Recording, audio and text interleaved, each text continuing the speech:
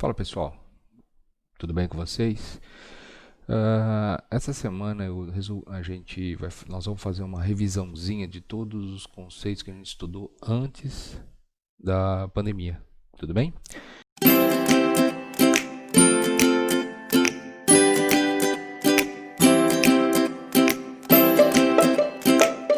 Então, nós estávamos tratando sobre o ensaio de tração.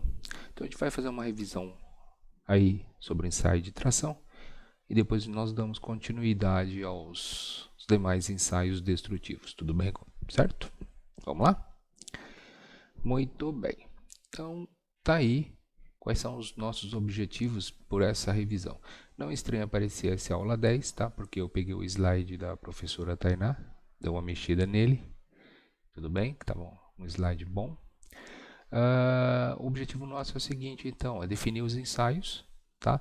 Importante, a gente tem que falar daquela questão que nós já vimos, tensão normal, né? As tensões, alongamento, estricção, analisar essa descrição desse comportamento da tensão deformação, tudo bem? Lembrar das duas regiões elásticas plásticas, tá?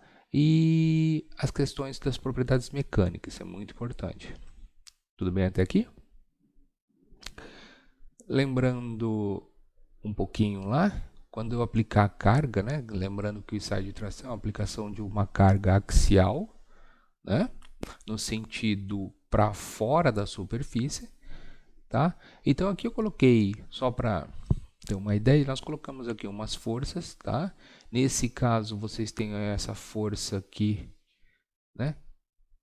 Num tom claro, rosa. E essa está num plano inclinado, só para lembrar que existe, agindo nessa seção, você tem uma força que é tangencial ao plano, tá? E uma força que é normal ao plano. No nosso caso, nós precisamos da força normal, tá? Porque o ensaio de tração, a gente vai trabalhar com forças normais, tudo bem? Relembrando também a questão da que a força normal, como vocês estão vendo, é resultante, ela atua na seção, né? E a força, se ela está trabalhando em toda a superfície, nós vamos trabalhar com uma força resultante. Essa força resultante, né, vai gerar uma tensão média. Lembrando que tensão é força por área, não pode esquecer isso nunca, tá? Então essa tensão resultante, essa força, perdão, resultante, ela vai ser resultado, né, da aplicação dessa força numa superfície.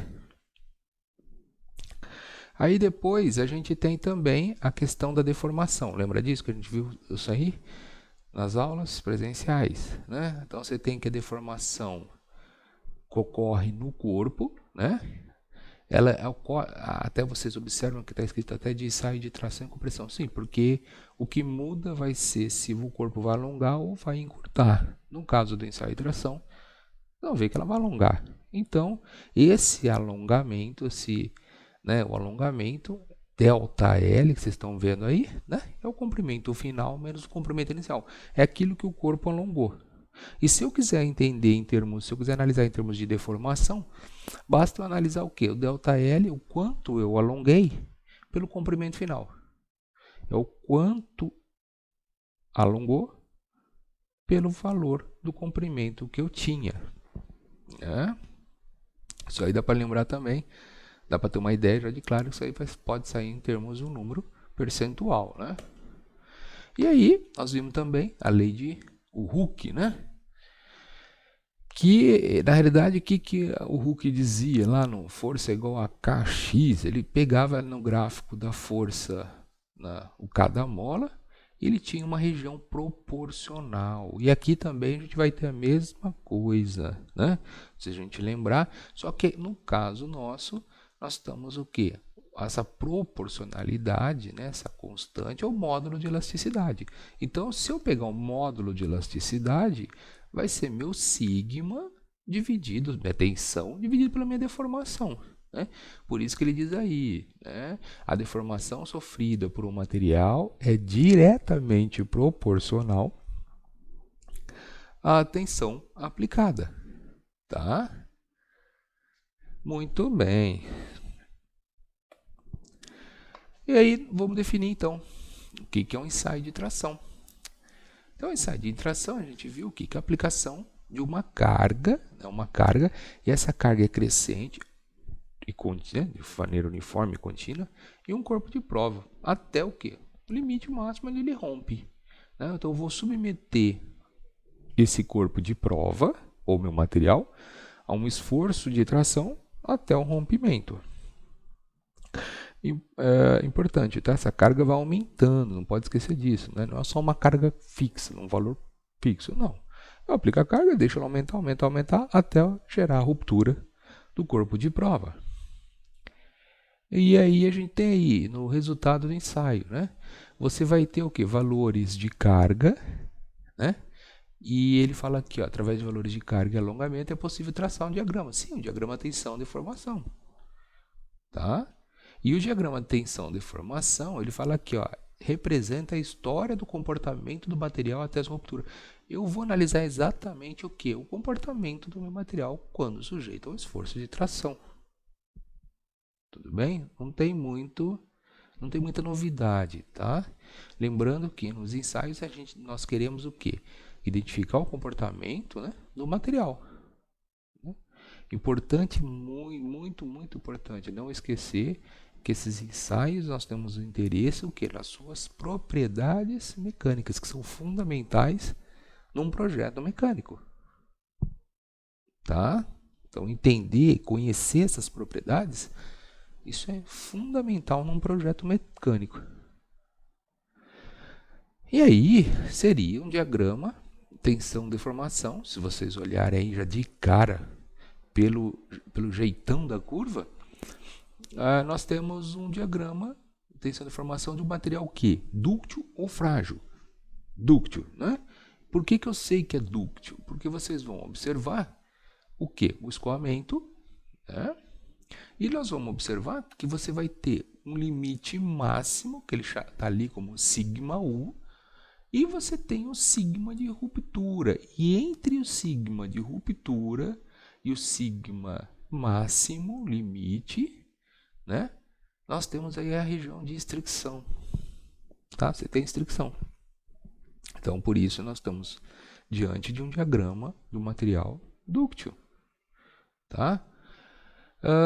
Nós vamos voltar nesse gráfico depois, passo a passo, tá, gente? Primeiro vamos continuar.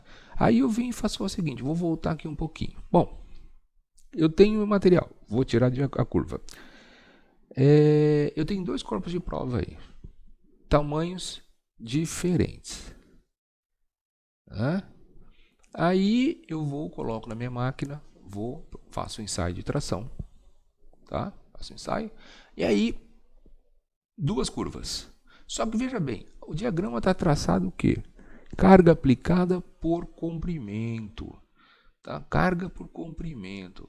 Poxa, professor, deu duas curvas, mas o material mesmo, hein? Só que o corpo de prova é diferente.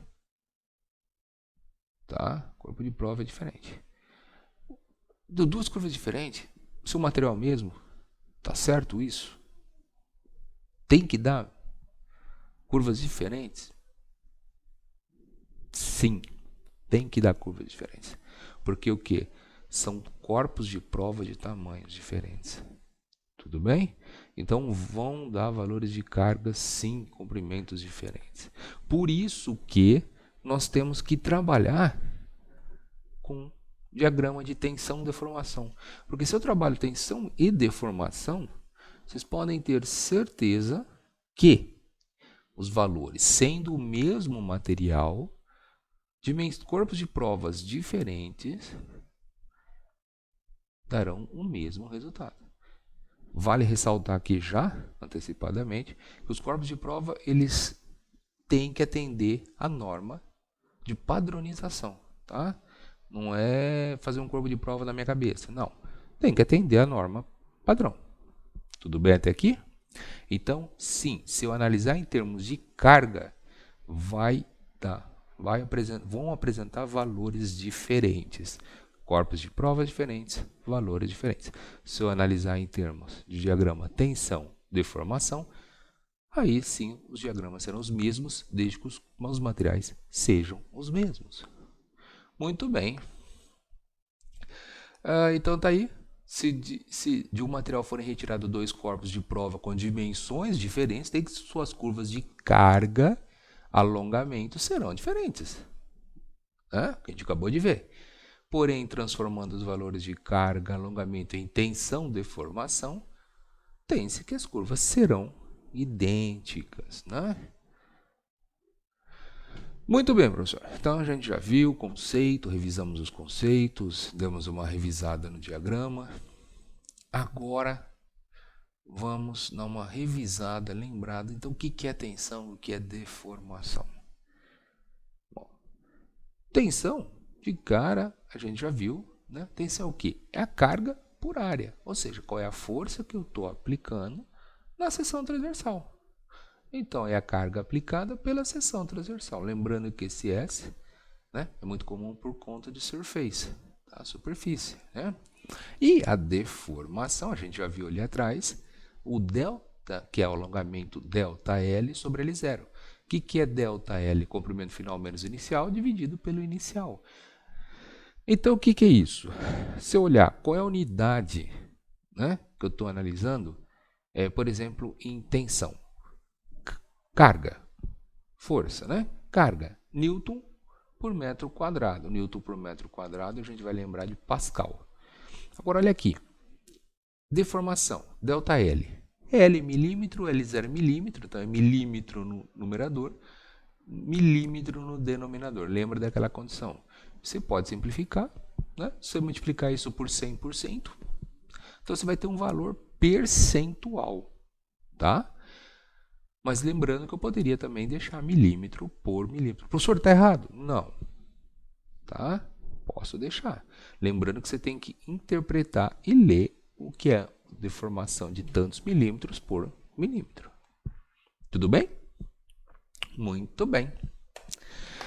Vamos continuar. Tá aí o que eu acabei de falar, para não deixar eu mentir. A deformação pode ser fornecida em percentual. Basta eu multiplicar por 100, né? Se eu multiplico por 100, divido por 100, né? E multiplicando por 100, o dividir por 100 é o porcento, é o percentual, então eu tenho um valor em percentual. Olha que interessante, em alguns casos pode ser interessante determinar a redução da seção transversal. Professor, é diferente? Não, a ideia é exatamente a mesma. Se você quiser determinar essa redução de área, basta que você faça aí ΔS, que é a variação da área final menos área inicial, né? Dividido por S0. Professor, mas se eu fizer área final menos inicial, vai dar negativo. Sim, vai dar negativo. Eu posso fazer então inicial menos final? Pode. Por quê? Vai dar positivo. É mais tranquilo. Então você pode fazer aí. Porque se você representar final menos inicial, você está dizendo assim, a redução de, né?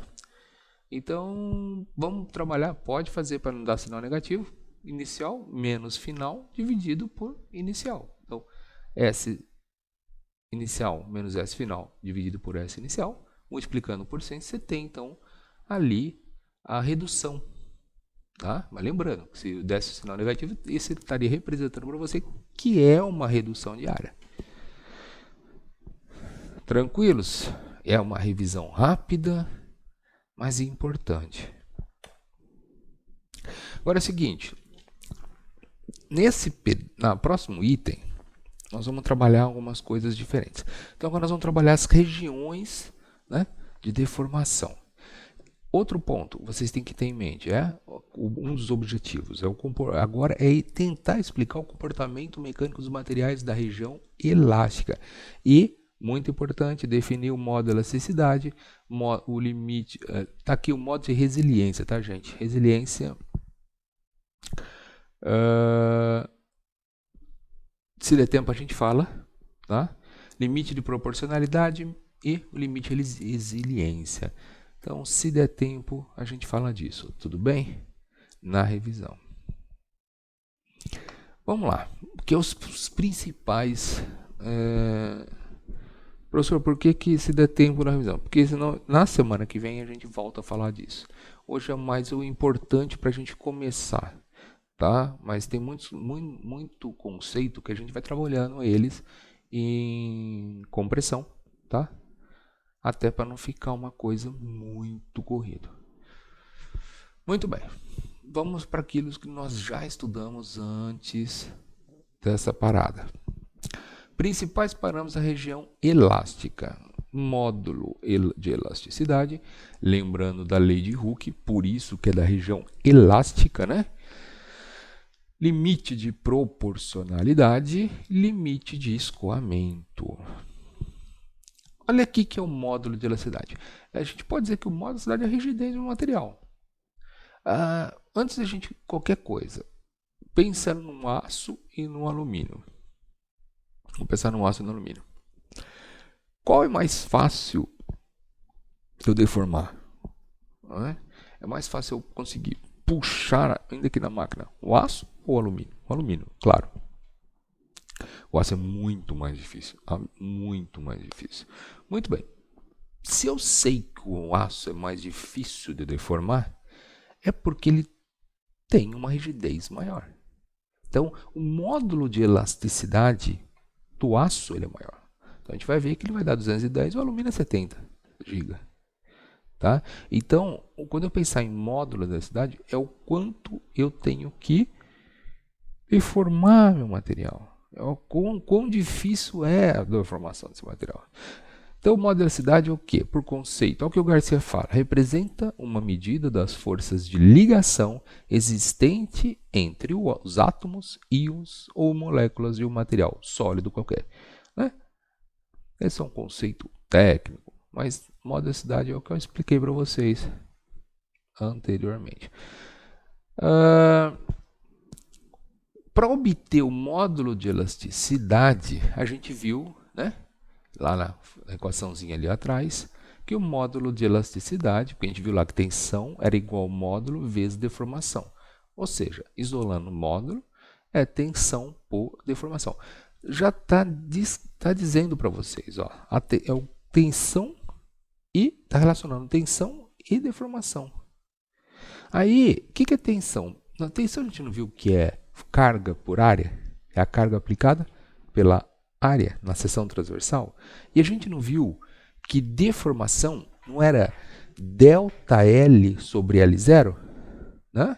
Se eu colocar carga por área dividido por ΔL e L0, né, mantenho a primeira fração, multiplico pela inversa da segunda, a gente chega nessa equaçãozinha, que é a carga vezes o comprimento inicial, dividido por quem? Pela área inicial vezes ΔL. Tudo bem? Importante lembrar que a carga é o P, comprimento é L, ΔL é a variação no comprimento, né, o alongamento, e L0 é o comprimento inicial. Tá bem? Tudo bem até aqui? Tá lá. Poxa, professor, agora eu entendi tudo.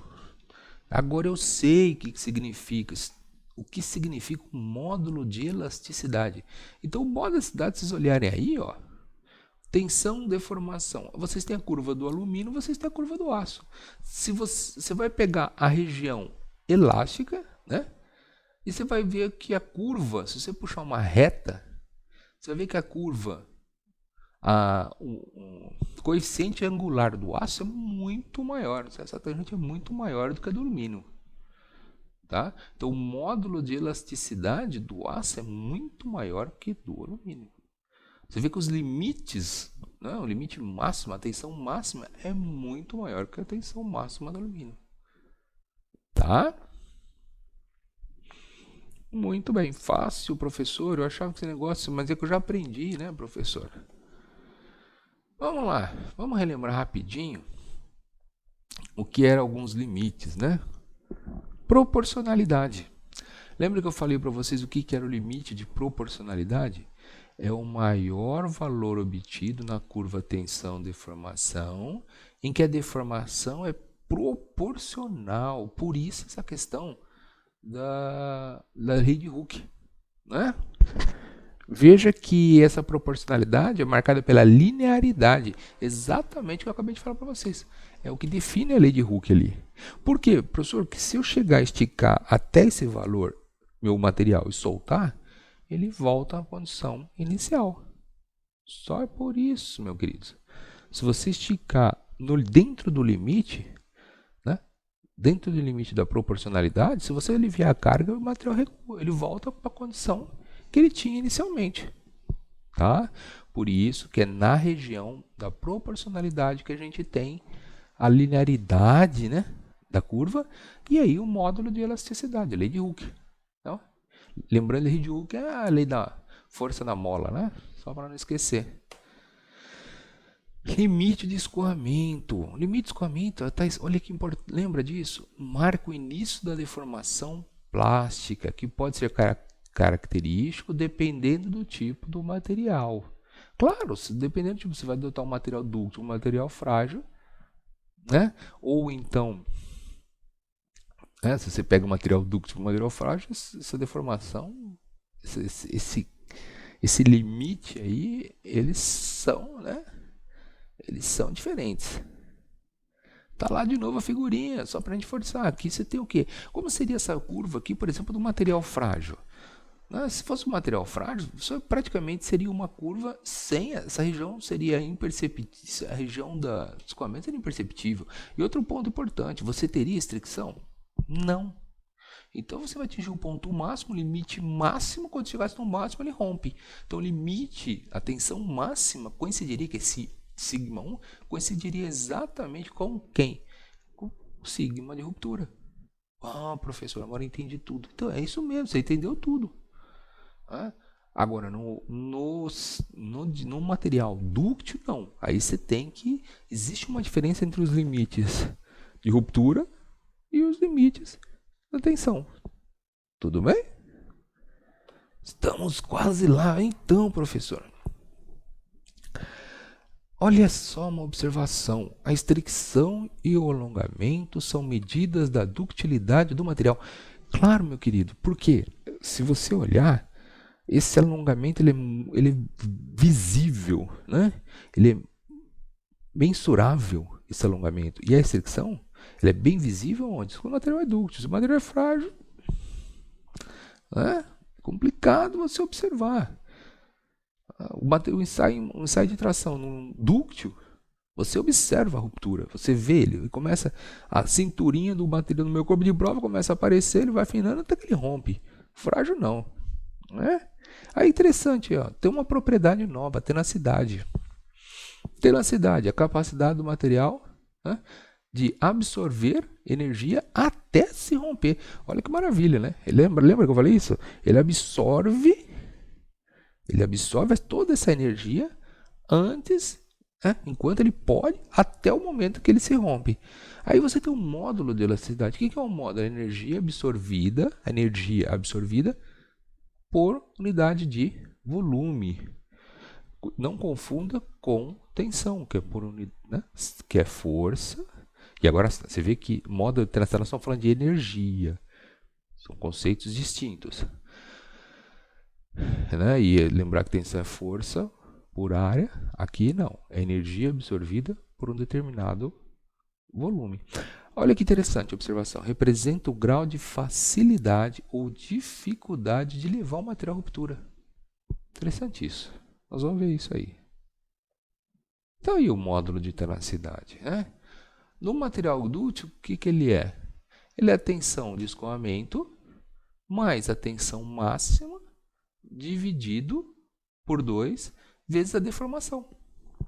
E o frágil? 2 vezes a tensão máxima, o limite de tensão, dividido por 3 vezes a deformação. Professor, é formulinha? Sim, formulinha. Temos que algumas fórmulas não tem jeito, né, gente? Eu falo para vocês, o que eu posso livrar vocês de fórmula eu livro, mas tem algumas que não tem jeito, né? Vocês vão ter que... Observação, materiais com elevado modo de resiliência apresentam um baixo módulo de elasticidade. Deixa a resiliência para depois. quando a gente falar mais para frente. Tudo bem até aqui? Respira. Tipos de fratura. Aí tem uma figurinha que vocês vão, que tem a finalidade de mostrar, olhando no meu corpo de prova, como eu reconheço que houve uma fratura, né, frágil ou dúctil. Essa é a realidade. Eu olho aqui, professor, identifiquei uma fratura frágil, identifiquei uma fratura dúctil. Né?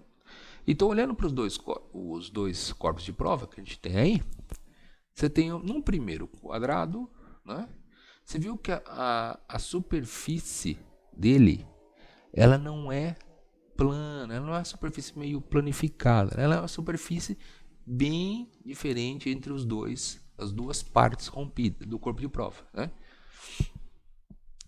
Na figura, se a gente olhar da direita, nessa B, vamos dizer assim, chamando ela de B, você vê que ela é bem mais plana. Ou seja, na realidade o que eu estou observando é que na primeira existe uma estricção, uma redução da área na seção onde houve a ruptura.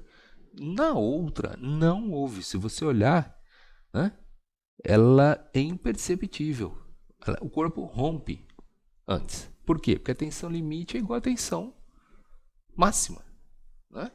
Enquanto que no primeiro caso, não. Você tem um valor máximo e depois a carga começa a cair em função da estricção, que vai até o limite da ruptura. Tá? Então, se eu precisar identificar no material, olhando o meu material, professor, eu preciso saber como que eu identifico se o corpo é dúctil ou frágil. Olha na seção. Houve uma redução de área onde houve a ruptura? Houve, professor. Houve, então isso é dúctil. Não, não houve. Então, é frágil. Não tem outra opção. Tá aí, né? É perceptível, sim, aí, ó, se vocês olharem, né, a estricção presente, o alumínio, né, prova que o corpo é dúctil. E aí depois, um corpo de prova. Importante é só lembrar aqui o seguinte. O corpo tem que ser padronizado, tá, gente? Tem que seguir norma padrão. Eu falei isso nas aulas presenciais. Ele pode ser feito de tamanhos diferentes, de acordo com o tipo de material. Lembra que se você não aguenta romper numa máquina, se você for fazer um corpo de prova de tamanho padrão, né, como esse aí, você não vai romper fácil, né? Então você faz corpos de prova respeitando a proporcionalidade. Ensaio, seja ela entrou em laboratório, tem que respeitar normas. Por quê? A grande característica, a grande finalidade, o objetivo dos ensaios é que eles possam ser repetidos e que deem os mesmos valores. Né? E principalmente que os valores sejam resultados confiáveis. Também não adianta nada eu soltar um monte de dados e esses dados não servirem para nada. Tá? Então eles devem ser feitos de tal forma que eu consiga reproduzi-los em outro lugar. Então as condições, o cuidado com os fatores externos, com o corpo de prova é muito, muito importante. Tá? Então você tem o corpo de prova. Isso aqui é para a gente lembrar, para lembrarmos, né? Que a seção útil é o L0, né? Aí você tem aí, ó, o LC como início do raio de concordância e o comprimento final do corpo de prova. E aí estamos aí as extremidades, as cabeças do corpo de prova, que é de cabeça de fixação. Né? Já falamos isso em sala de aula. É onde eu prendo na máquina para que o corpo seja tracionado. Tá? Então, para nós o ensaio é a parte útil do corpo de prova. Importante. Se esse raio de curvatura não for bem feito, ou melhor, eu vou mais além. Se o corpo de prova não for bem feito, poderão acontecer o quê? Né? Ah, professor, tem só uma lasquinha ali que não ficou perfeito no processo de usinagem. Concentração de tensões. E o corpo de prova ele vai romper fora da região dele, a região do comprimento útil. Tá? Então é importante, o corpo tem que atender às condições de padronização. Né? Ele tem que ser um corpo bem feito, né? Sem qualquer tipo de entalhe ou, né, defeito, para que isso aí não gere uma concentração de tensões ou uma ruptura fora do comprimento útil. Então vamos lá, uns itens só para nós com relação ao procedimento. Identificar o material, medir o diâmetro, quer dizer, eu vou ensaiar, eu vou pegar lá, vou medir o diâmetro. Eu vou medir um só? Não, mede pelo menos 2, tá? Porque o que acontece? Você tem um corpo, você pega uma medida, você vai medir com um paquímetro, tem uma precisão ali. E aí ele fala que, olha que interessante, lembrando que o comprimento deve ser 5 vezes maior que a seção útil. Não podemos esquecer, respeitar a proporcionalidade do corpo de prova, né? A semelhança geométrica, né? Semelhança geométrica é importantíssimo.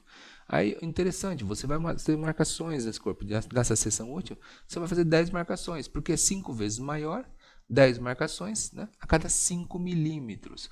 Poxa, professor, né? Então, vamos lá. Se eu pensar 10 marcações a cada 5 milímetros, então esse corpo de prova tem seção de 50 milímetros. Tudo bem? Então tá. Que mais? Se a fratura... tá. Bom, você vai analisar. Se a fratura aconteceu, né, que ele chama no centro do corpo de prova, ele fala que junta as partes, né, e conta metade das divisões e tal. Isso aqui é para questão de análise, tá, gente? Mas isso aí nós vamos voltar a falar um pouquinho mais, tá? Na próxima aula. E medir o comprimento final. Pessoal, de revisão expressa é isso, tá? Tem eu vou deixar depois com vocês os slides. A gente precisava falar isso, tá? Para a gente lembrar do que foi dito. É uma revisão bem rápida. Importante que vocês deem uma revisada nos materiais, no livro que foi disponibilizado para vocês, né? E tirem dúvidas, tá? Obrigado, até a próxima.